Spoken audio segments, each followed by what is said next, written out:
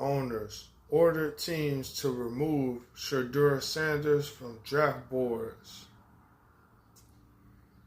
Man. Sorry to hear that, but I'm going to be honest with you. If you know anything about football for real, you know this NFL, to be more specific. If you know anything about the NFL, this isn't really a surprise to you. So I'm definitely not surprised, to be honest. I'm a little surprised because it's like, damn, the kid can ball, though. You don't usually see that happening to somebody that can ball. That's the craziest part about this whole shit, that everybody's just like mind boggled off of.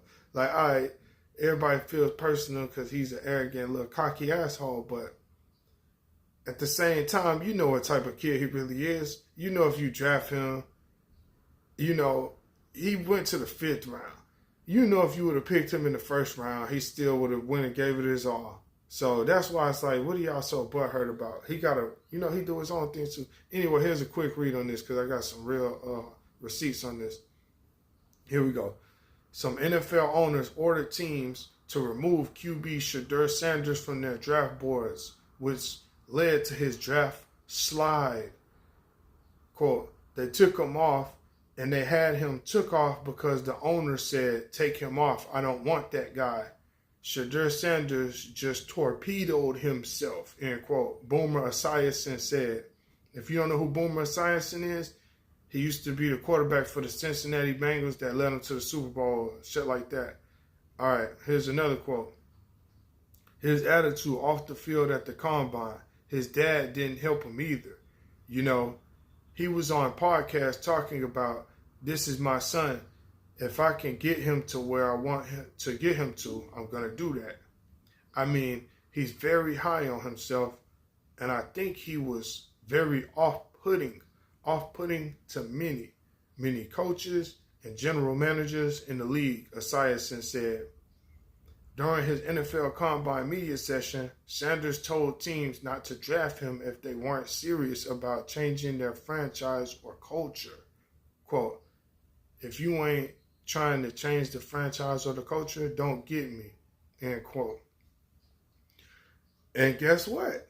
It is what it is. That's how he felt. And he's serious. And you know, this is the crazy thing. This is how Shedeur Sanders really felt. This is what Shedeur Sanders really believes. This is what Shedeur Sanders is really finna go about. Now, he's doing too much talking rather than just showing it.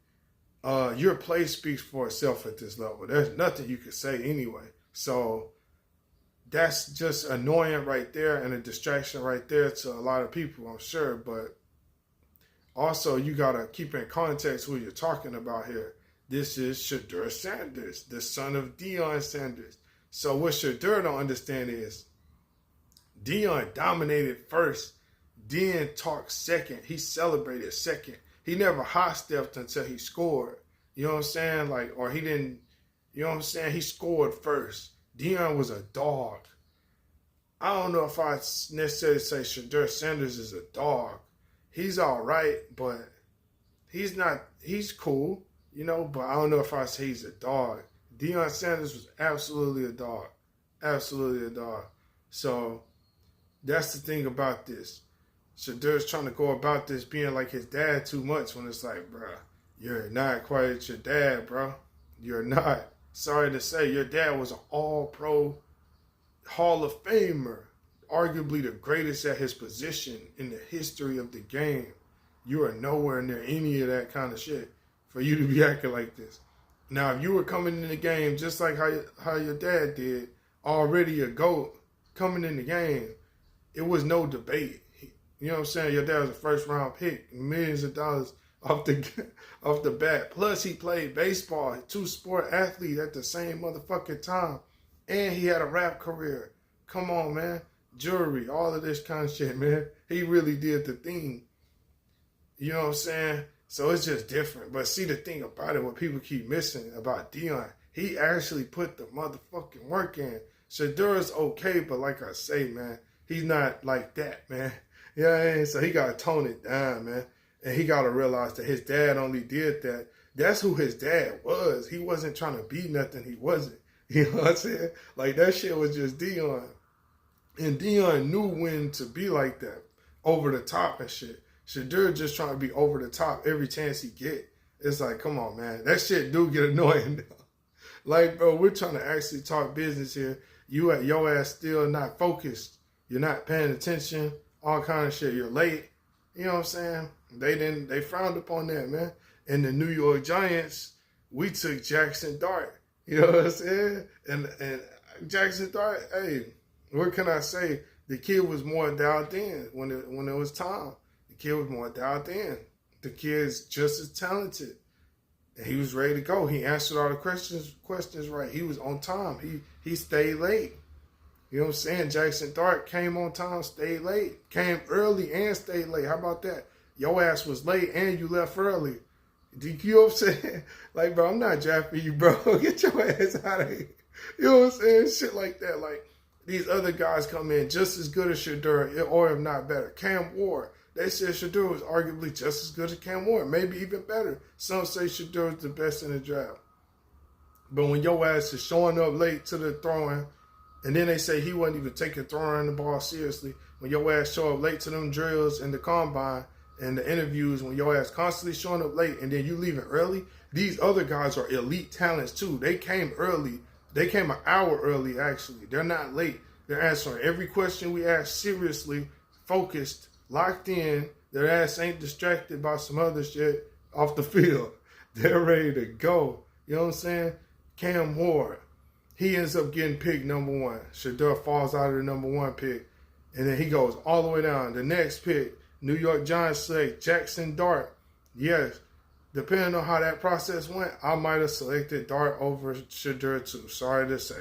If Shedeur shows up late, and then he get there and he blowing us off like, oh yeah, I'm gonna do whatever I feel like it. Like, oh yeah, nigga, that's how you feel, nigga? That's how you feel? You think you finna come in this motherfucker and do whatever you feel like it, buddy? And you're not that good for real? Like, you're not even finna start. We got Russell Wilson, NFL champion, and we got Jameis Winston. He's a pretty good player when he gets his mind right. So we might have a championship quarterback. We might have dog, I'm not saying it, but Russell Wilson could possibly have one great run left in him. I believe he has one good one left. I believe he can win one more Super Bowl before it's all said and done for him. So you think you're finna play around Russell Wilson? Hell no. They're not even. That's why we've drafted a defensive lineman with our number 3 pick. We weren't even going quarterback at all, especially because you did that shit. We trade back into the first round after that for the 25th pick. That's when we take Jackson Dart. And I must admit, I disagree with that pick still, because I would have took another defensive player, me personally. That's a conversation for another day, though. But yeah, that shit gets serious, man. You can't play with the NFL, with the shield like that, as they like to say. You playing with the shield, man, and nobody's bigger than the shield, huh? It just makes everybody remember the bigger picture, I feel.